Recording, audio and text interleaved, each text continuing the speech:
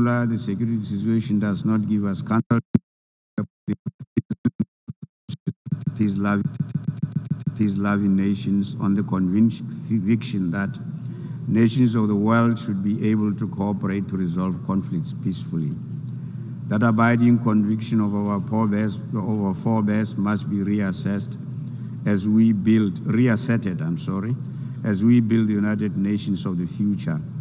The United Nations of the 21st century should be one which can give humankind hope for a world of peace and total eradication of poverty. It should be the United Nations that stands with the marginalized and oppressed. It should indeed be the United Nations that takes bold steps in addressing the question of Palestine and protecting the viability of a two-state solution with Palestine and Israel coexisting side by side in peace and within internationally recognized secure borders. Our United Nations should be an organization that protects the sovereignty of its member states and prevents interference in the affairs of other states. It should be the United Nations that is not indifferent to the plight of the people of Western Sahara who have yearned for independence for scores of years, but to no avail. Our United Nations should be one that guarantees and protects the Cuban people's right to freedom of trade and navigation, and one that opposes unwarranted sanctions such as in Zimbabwe, sanctions which have resulted in collective punishment of innocent Zimbabweans.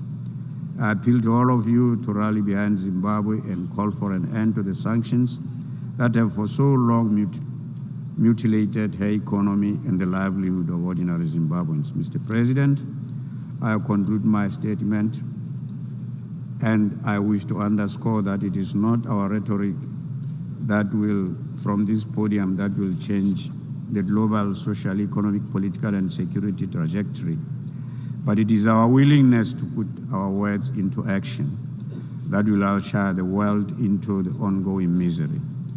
We are not at the help of our countries by chance, but Almighty God has allowed us to lead the world at this time for a purpose. So let us all remain faithful in true spirit of multilateralism to principles of underpinning the organization, principles which envision and truly represent an effective United Nations that will be a torchbearer. I thank you, sir.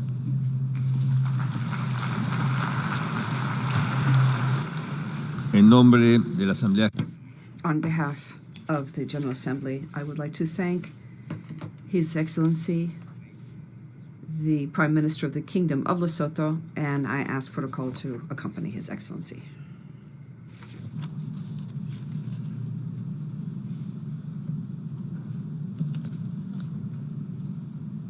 The Assembly will now hear an address by His Excellency Narendra Modi, Prime Minister of the Republic of India.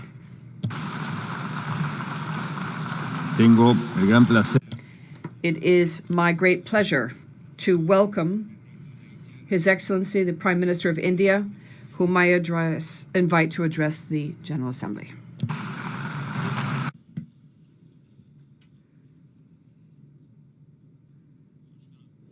Good morning. Your Excellency, Mr. President,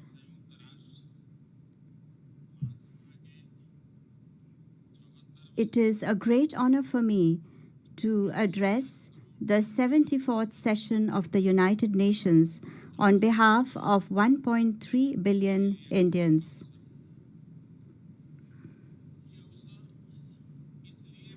It is a very special occasion also because this year the entire world is celebrating the 150th birth anniversary of Mahatma Gandhi. His message of truth and nonviolence is very relevant for us even today for peace, development, and progress in the world. Mr. President, this year witnessed the world's biggest election.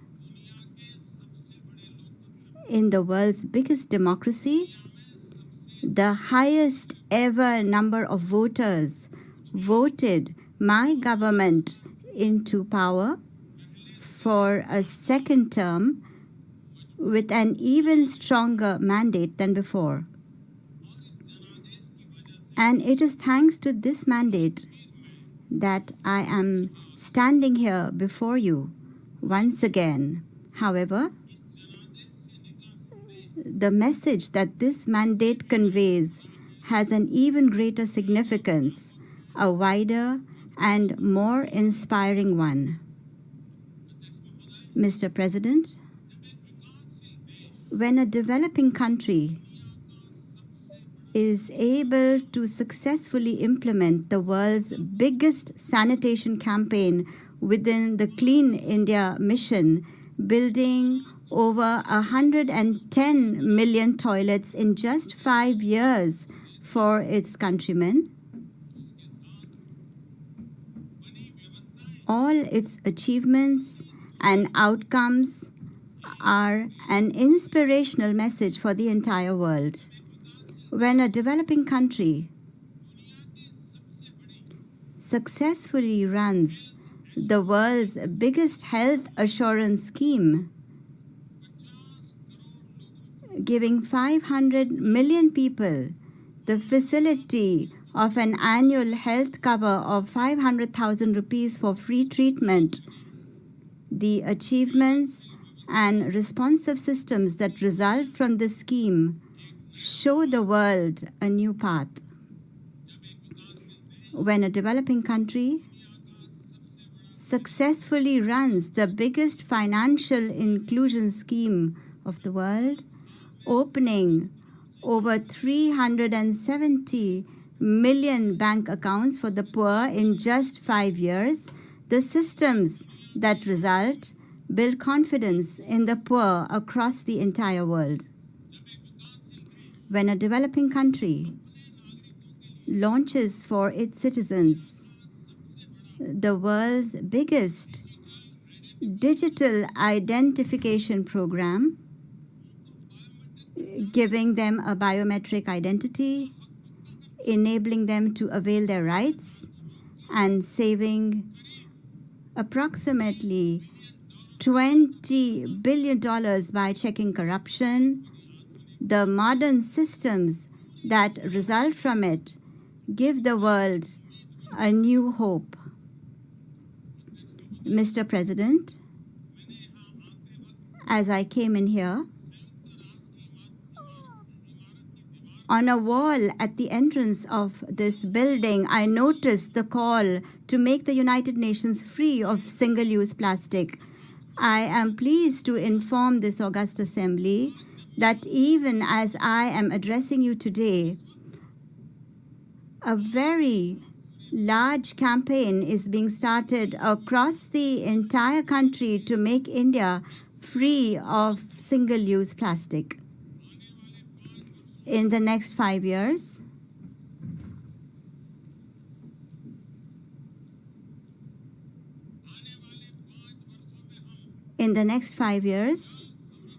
apart from promoting water conservation, we are going to ensure water supply to 150 million homes. In the next 5 years, we are going to build over 125,000 kilometers of new roads. By the year 2022, when India celebrates its 75th Independence Day, we plan to build 20 million houses for the poor. Though the world may have set itself the target of eradicating TB by 2030, in India, we are working towards eradicating it by 2025.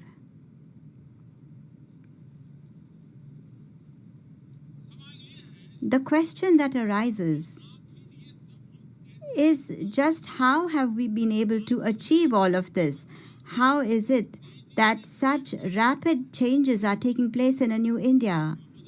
Mr. President, India is a great culture that is thousands of years old, a culture that has its own vibrant traditions and which has encompassed universal dreams. Our values and culture see divinity in every being and strive for the welfare of all. Therefore, the very core of our approach is public welfare through public participation. And this public welfare is not just for India, but for the entire world. And that is the reason. And that is the reason we draw inspiration from our motto, collective efforts for the growth of all with everyone's trust. And this too is not confined within the borders of India. Our endeavors are neither an expression of pity nor a pretense. They are inspired by a sense of duty and duty alone. All our endeavors are centered on 1.3 billion Indians. But the dreams that these efforts are trying to fulfill are the same dreams that the entire world has, that every country has, and that every society has. The efforts are ours, but the fruits are for all, for the entire world. And this conviction of mine gets stronger every day when I think of those countries who, just like India, are striving for development, each in their own way. When I hear about their joys and sorrows, when I get to know about their dreams, my resolve to develop my country at a faster pace gets even stronger, so that India's experience can be beneficial to these countries also. Mr. President, about 3,000 years ago, 3,000 years ago,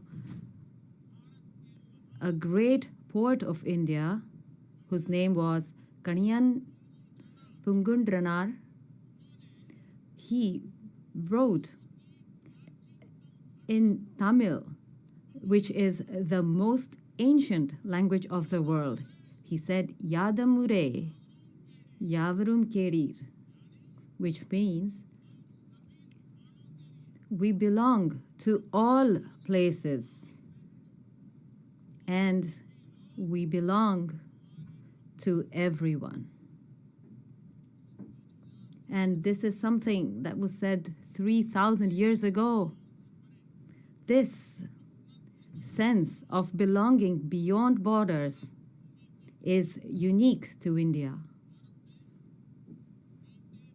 In the last 5 years, India has worked towards strengthening its centuries-old great tradition of fraternity among nations and working for the welfare of the world, which is indeed in line with the key objectives of the United Nations. The issues that India raises, the kind of new global platforms that India has come forward to build, seek collective efforts to address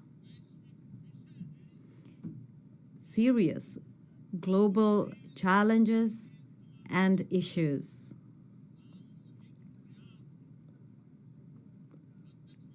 Mr. President,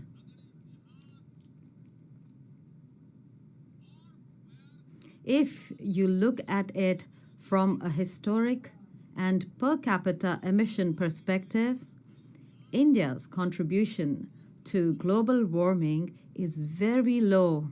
However, India is one of the leading nations when it comes to taking steps to addressing this issue. On one hand, we are working towards achieving the target of 450 gigawatts of renewable energy, and on the other hand, we have also taken the initiative to create the International Solar Alliance.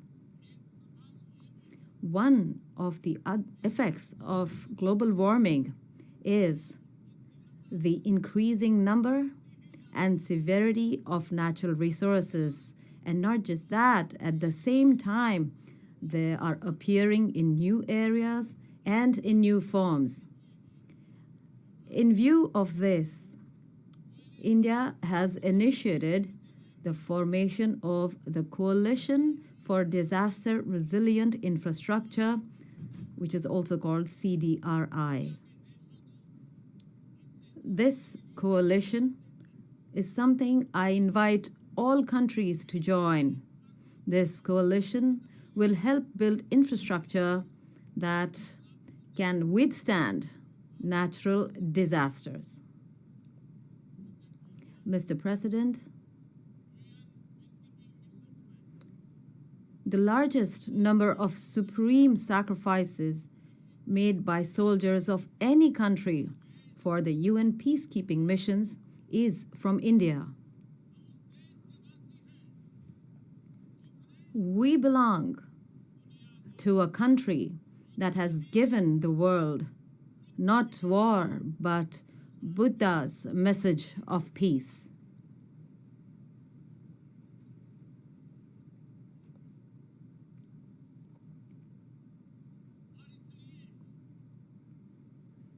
And that is the reason why our voice against terrorism, to alert the world about this evil, rings with seriousness and outrage.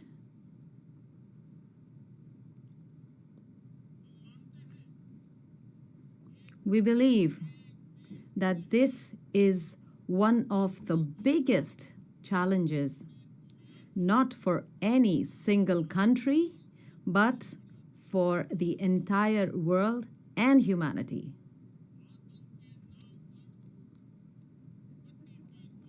The lack of unanimity amongst us on the issue of terrorism dents those very principles that are the basis for the creation of the UN. And that is why, for the sake of humanity, I firmly believe that it is absolutely imperative that the world unites against terrorism and that the world stands as one against terrorism. Mr. President, the face of the world is changing today. Modern technology in the 21st century is bringing about sweeping changes in social life, personal life, economy, security, connectivity, and in international relations. In such a situation, a fragmented world is in the interest of no one. Neither do we have the option to confine ourselves within our boundaries. In this new era, we will have to give new direction to multilateralism and to the United Nations. We will need to give it new strength.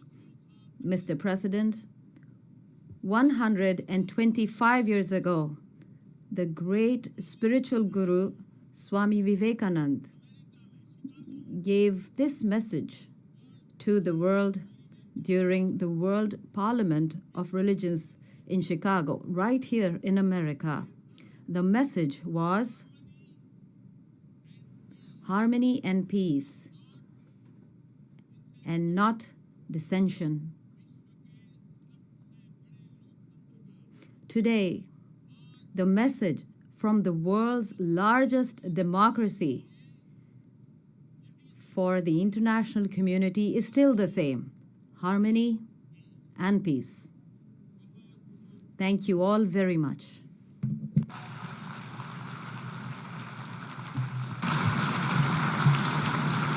En nombre de la On behalf of the General Assembly, I would like to thank His Excellency the Prime Minister of India for his address. I would ask protocol to please escort him.